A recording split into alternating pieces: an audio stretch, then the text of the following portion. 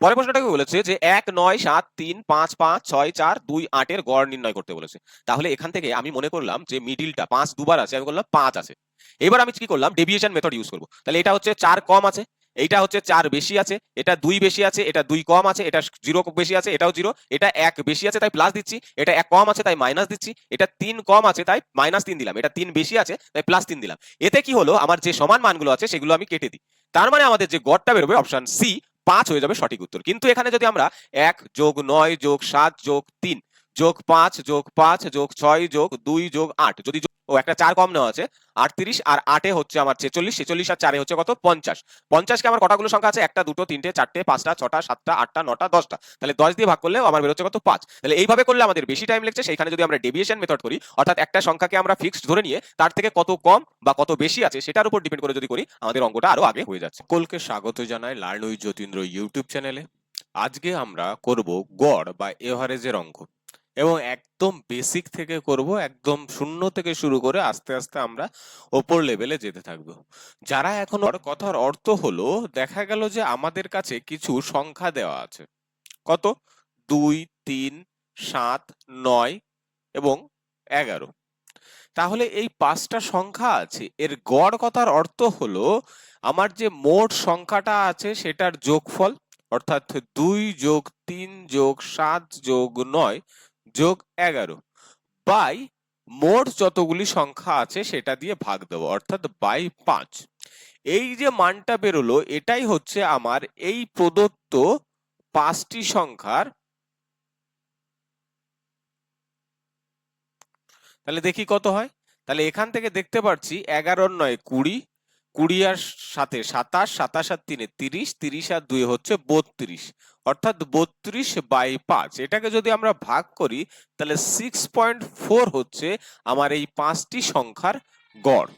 এখান থেকে আমরা বুঝতে পারলাম যে গড় কথার অর্থ হলো মোট সংখ্যাগুলির সমষ্টি বাই মোট সংখ্যা। অন্যভাবে আমরা বলতে পারি যে কোনো গড় দেখা গেল আমার দেওয়া আছে কত 6.4, সংখ্যা হচ্ছে 5টি, তাহলে তাদের মোট সমষ্টি সমান সমান আমরা কিভাবে পাবো, মোট সমষ্টি সমান সমান গড় ইনটু সংখ্যা, অর্থাৎ যতগুলো সংখ্যা আছে সেটার সঙ্গে যদি আমরা গড় মান গুণ করি তাহলে আমাদের মোট সমষ্টি বেরিয়ে আসবে। যে প্রথম অঙ্কটা দেওয়া আছে সেটা করার চেষ্টা করি। কি বলেছে, 5 বন্ধুর ওজন যথাক্রমে 67 কেজি, 85 কেজি, 70 কেজি, 90 কেজি এবং 103 কেজি। তাহলে তাদের গড় ওজন কত সেইটা বের করতে বলেছে। তাহলে আমাদের গড় ওজন যদি বের করতে হয় কিভাবে করি, প্রত্যেকটা যোগ করব, অর্থাৎ 67 plus 85 plus 70 plus 90 plus 103 by হচ্ছে আমার কতগুলো সংখ্যা আছে, 1টা 2টো 3টে 4টে 5টা, তাহলে বাই 5। তাহলে এখান থেকে যদি আমি যোগ করি 3 5 আর 3 8, 8 আর সাথে 15, 15 5 হাতে আমার 1, তাহলে 9 1 10, 17 8 25, 25 আর 6 31, 31 এর 1 এবং হাতে আমার 3, 3 আর 1 4, তাহলে 415 হলো। এটাকে যদি আমরা 5 দিয়ে ভাগ করি অর্থাৎ কত আসলো 83, হচ্ছে এই প্রশ্নটির সঠিক উত্তর অপশন ডি।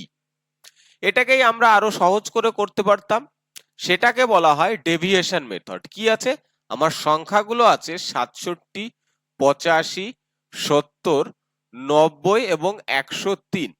এইবার আমি মনে করলাম যে আমাদের গড়টা কত হবে, মিনিমাম একটা সংখ্যা মনে করলাম 85, এবং সেই সংখ্যা থেকে বাদবাকি সংখ্যাগুলো আমার কত বেশি বা কম সেটা দেখব। তাহলে এইটা দেখছি আমার 18 কম, -18 লিখলাম, এটা সমান তাই 0, এটা হচ্ছে -15 কম, এইটা দেখছি 5 বেশি এবং এইটা দেখছি আমার কত 18 বেশি আছে।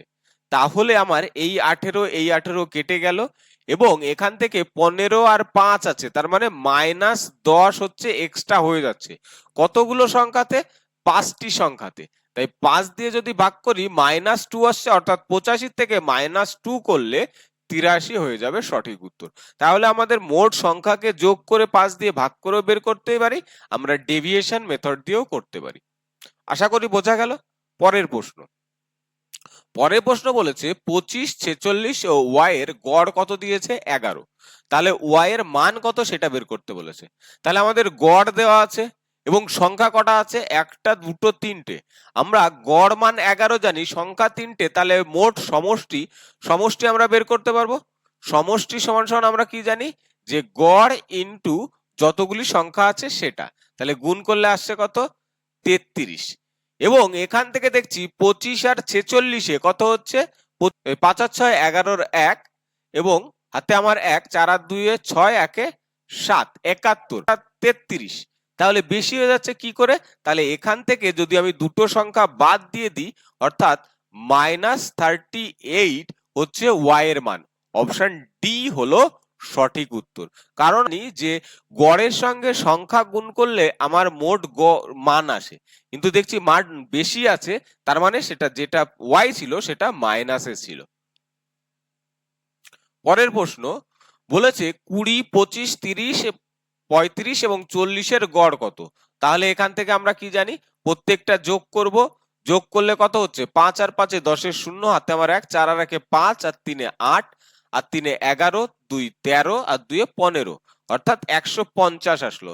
এটাকে যদি আমরা 5 দিয়ে ভাগ করি অর্থাৎ 30, অপশন বি হয়ে যাবে এই সংখ্যাটার ক্ষেত্রে সঠিক উত্তর। পরের প্রশ্ন যাচ্ছি।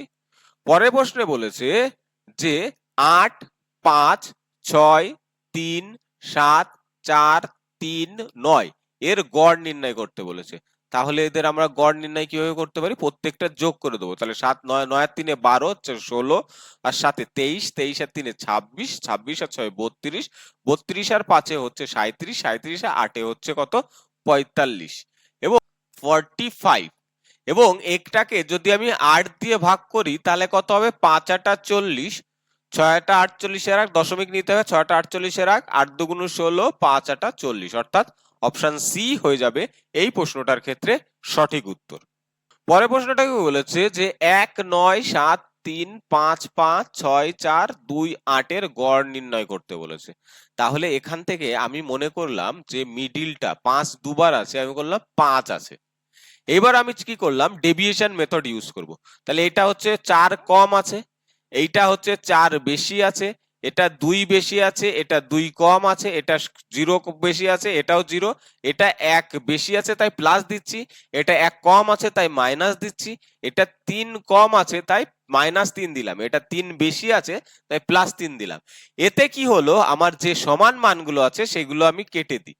তার মানে আমাদের যে গড়টা বেরোবে অপশন সি 5 হয়ে যাবে সঠিক উত্তর। কিন্তু এখানে যদি আমরা 1 যোগ 9 যোগ 7 যোগ 3 যোগ 5 যোগ 5 যোগ 6 যোগ 2 যোগ 8 যদি একটা 4 কম নেওয়া আছে, 38 আর 8 হচ্ছে আমার 46, 46 আর 4 হচ্ছে কত 50।